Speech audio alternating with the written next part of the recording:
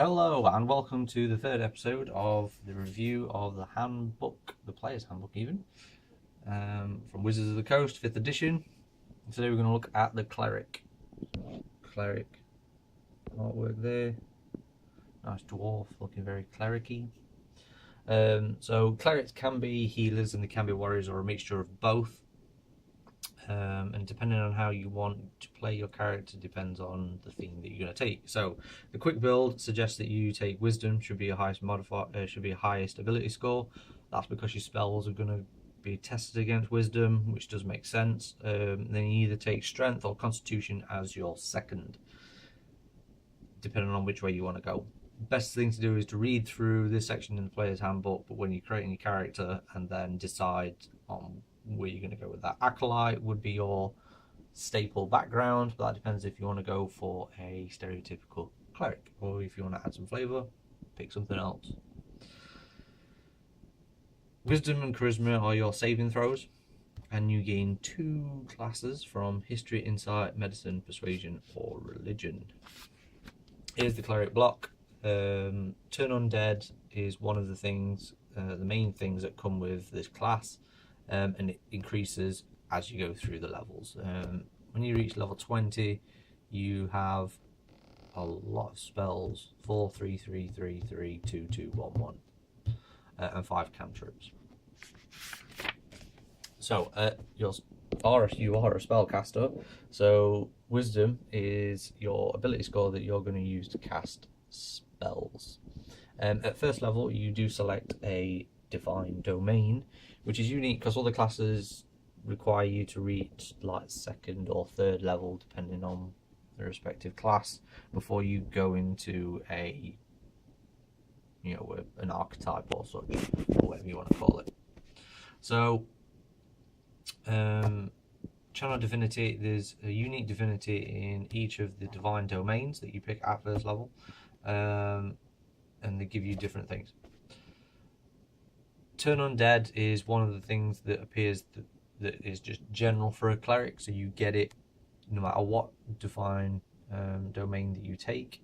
So as you can see, it ranks up. So as you go through 5th, 8th, 11th, 14th and 7th levels, you can destroy undead of a challenge rating of etc. And basically any undead that takes a saving throw against your undead, your turn undead, and fails, is automatically killed, which is really good, especially if you're playing against undead. And I believe that's 30 feet, and it lasts for a minute. So for 10 rounds, they have to keep doing that saving throw. So even if they don't do it the first time, they've got 10 they've got to roll the dice 10 times.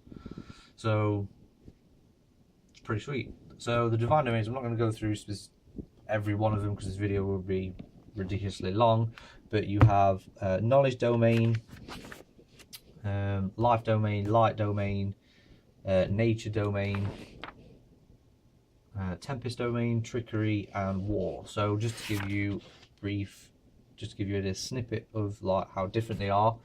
At the last levels,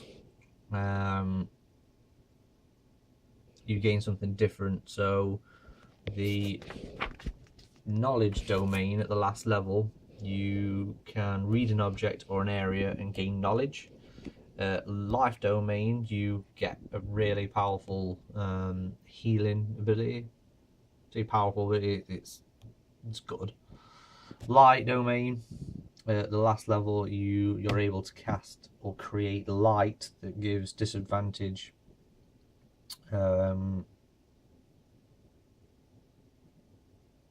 It gives a disadvantage to enemies that have damage against fire or radiant damage.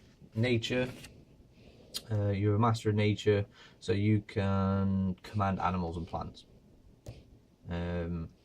Tempest, you can fly, equal to your walking speed. Trickery, you can create duplicates of yourself And War, you gain resistance to bludgeoning, piercing, and slashing damage from non-magical damage. That's the Cleric. Very good class. There's a lot. You can see there's a lot of pages to it. Very detailed. If this is for you, it's a very intricate class, especially if you like hitting and casting spells. The next class we're going to look at is the Druid. So until next time, happy gaming, good luck.